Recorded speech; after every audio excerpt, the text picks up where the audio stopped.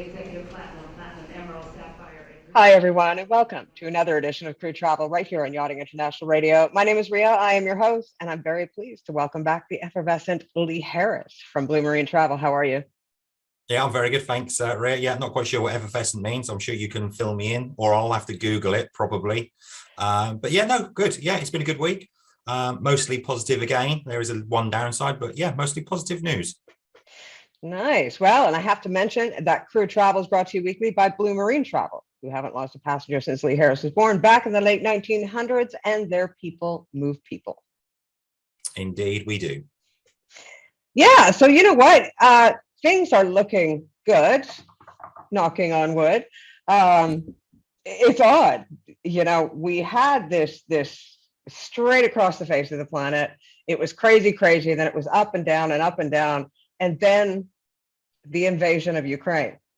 And all of a sudden, it seemed like COVID almost didn't exist anymore and everything started going back to normal. I don't know what it is. But we are seeing like large increases in numbers back again in China. So, you know, I'm not sure where this is going to lead, if we're going to start, you know, with everybody relaxing their travel restrictions, if this is going to once again push it straight across the face of the planet, because we probably haven't learned from the first time round, right? But yeah, I mean, you know, it is pretty much good news, but there is always other issues besides COVID. It's not just all about COVID. Other things do arise. UK crew are looking at some travel difficulties towards Europe this summer. They are indeed, yeah. So any crew planning to travel from the United Kingdom to Spain, Portugal and Italy this summer are to face flight delays as France is planning to launch a new air traffic control system. French authorities have revealed that the country is preparing to launch the new air traffic control system by next month. While the system is being set up, planes that use the French airspace will have to be rerouted in order to avoid any pressures. Taking into account that flights from the UK to Spain, Portugal, and to most parts of Italy currently use French airspace, it means that the new change will cause delays. Further on from this, Germany have also announced that there are likely to be delays for aircraft travelling through their airspace, as this summer we'll see German airspace extremely busy due to the ongoing conflict within the Ukraine. This is due to flight paths having to be rerouted, as many aircraft will be travelling across German skies. Okay, but that aside, good news coming out of South Africa. Yeah, so South Africa have eased their COVID-19 regulations so that no test result is now required for fully jabbed travellers who provide proof of vaccination when they arrive. A negative PCR test result is still required for unvaccinated travellers, and the swab must be taken a maximum of 72 hours before departure. This does not apply to passengers, however, who are younger than 5 years old. Unvaccinated travellers who are fully recovered from COVID-19 and intend to travel within 90 days of their initial PCR test can find details on the South African tourism website for exemption letter requirements. The same website also has links for entry and exit health questionnaires that need to be filled in by travellers. And you'll have links to those links up on your website. We will indeed. Yeah, they'll be there. Wonderful. And Singapore. Yeah, Singapore is set to drastically ease its coronavirus-related travel restrictions at the end of this month. Having previously had some of the strictest regulations in this regard, the city-state now feels the time is right to open its borders without the need for quarantine. At present, entry into Singapore is a very complex matter. Singapore has designated certain countries as vaccinated travel lanes. Basically, from here, fully jabbed passengers can enter quarantine-free, but only on VTL-specific flights. Furthermore, such travellers must also take both a pre-departure test and one upon arrival. However, by the end of this month, the arrivals process for passengers travelling to Singapore will have been greatly simplified. This is because at 11:59 p.m. local time on March the 31st, it plans to streamline its entry requirements by removing the VTL program altogether and listing all of the world's nations under its general travel category. This change will mean that any inbound passenger has to do upon arrival in Singapore will now depend solely on their vaccination status rather than their country of origin. So as such, all vaccinated travellers will now be free from quarantine. This means that for those who have received at least 2 jabs, the only remaining obstacle is the pre-departure test before arrival.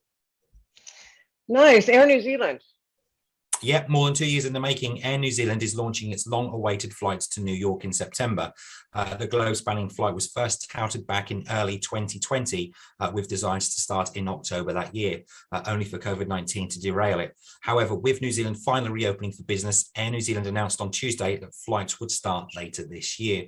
The first flight to New York's John F. Kennedy Airport will push back from Auckland International on September the 17th.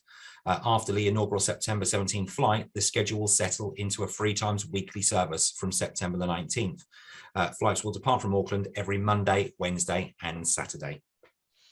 That's good news because, you know, New Zealand and South Africa were 2 of the hardest hit countries. I mean, you know, every other country, there was a bit of movement after the initial, but New Zealand and South Africa, they literally shut down. I mean, there was no in, there was no out for years. So it's nice to see that this is all loosening up, especially for crew, because I mean, New Zealand and South Africa are huge areas for crew to come from or go to. Yeah, indeed. Yeah, I mean, you're exactly right. I mean, 2 years ago, when you know, when COVID hit, or however long it was now, you know, like you say, South Africa and New Zealand, they both did lockdown. It was extremely difficult. There were ways around getting crew back into South Africa, albeit very difficult, but almost impossible for them to leave the country. Whereas New Zealand, like you say, for a long period, people couldn't get in at all. Once they could, then it was the lottery of the MIQ system, which thankfully has been scrapped as well. So, yeah, I mean, they have been 2 of the hardest hit countries for crew. That's for sure. Yeah, it's good to see everybody having the ability to move about a little bit more freely. And, you know, a lot of these people rely on their jobs in order to pay their mortgages and their families, et cetera. So it's been a couple of rough years. Hong Kong. Yeah, good news there as well. Transfer and transit services at Hong Kong International Airport will resume on the 1st of April. Passengers will be able to transit through Hong Kong only if they meet the following requirements. That is that their itinerary is contained in one single booking. They meet the entry requirements of their final destination. They have their baggage checked through to their final destination. They have been issued their onward boarding passes from their origin, and their connection time between flights in Hong Kong is within 24 hours. Also note that a COVID-19 test is required even if the passenger's final destination does not require one. The test must be taken no more than 48 hours before departure of the flight to Hong Kong. That is good news because Hong Kong is quite a busy sort of interconnecting airport as far as, you know, going places. Yeah, it is. You know, for crew in Asia, even, you know, the Pacific and the rest of it is, you know, Hong Kong is one of the major, or it was one of the major transit hubs, along with Doha, Singapore, and Dubai. They were the 4 big ones anyway. Hong Kong, especially, have been very similar to New Zealand and South Africa. They have clamped down hard. Just even, like we say, even transit and people weren't allowed to. You know, thankfully it's now open, so it does give people an extra option to get flights back to Europe for the med season, and then obviously once that's gone, to the Caribbean. Nice. And we have a quick question. Yeah, we did. We received a question this week from Mary Jean, who wanted to know which European countries ahead of the med season are no longer requiring passengers to provide a vaccination, a recovery, or a test certificate for entry into Europe. At the moment, Mary Jean, it is slim pickings, unfortunately, especially for countries that you would likely be entering for the mid-season. But the countries on the list at the moment are Hungary, Iceland, Ireland, Norway, Romania, and Slovenia. So none of the med hotspots, unfortunately. However, saying that, many other European countries have also relaxed rules, but not quite to the level of the aforementioned 6.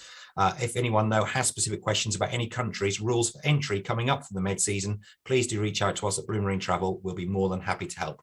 And that's whether you're vaccinated or unvaccinated, as there seems to be ways of getting in, shall we say, for unvaccinated travelers now as well.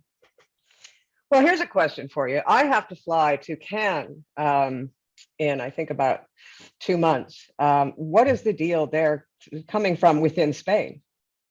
Yeah, I mean, you'll have Spanish residency, Ria, I think. Anyway, you're traveling from Spain anyway, so to be honest with you, you'll be free. I mean, you're double vaccinated, so you're going to be good to go. You'll find no issues whatsoever traveling to France.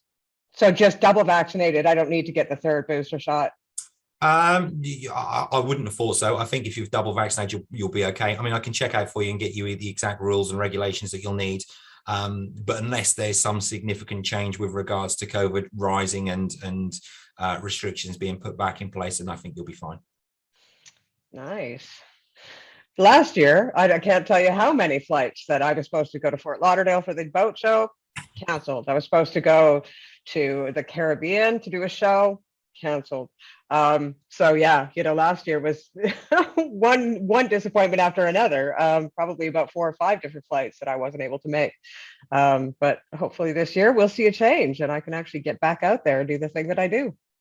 Fingers crossed. Hopefully, yeah, we'll get to see you at the boat shows, and yeah, it'd be great. It'd be great to get out and meet people again. Well, maybe not so much for you. I like people on the other side of the screen. It is what it is, right? Lee, I have to say thank you again. It's absolutely been an amazing week again. So thank you for all the good news. And I have to mention that every single one of the links that you're looking for will, of course, be on the Blue Marine Travel website. And we will provide the link to the website so that you can find those links. Yep, spawn. Everything will be on there, anything that people need. And if there's anything that they can't find on there, then obviously feel free to get in contact with me. I'll be more than happy to help.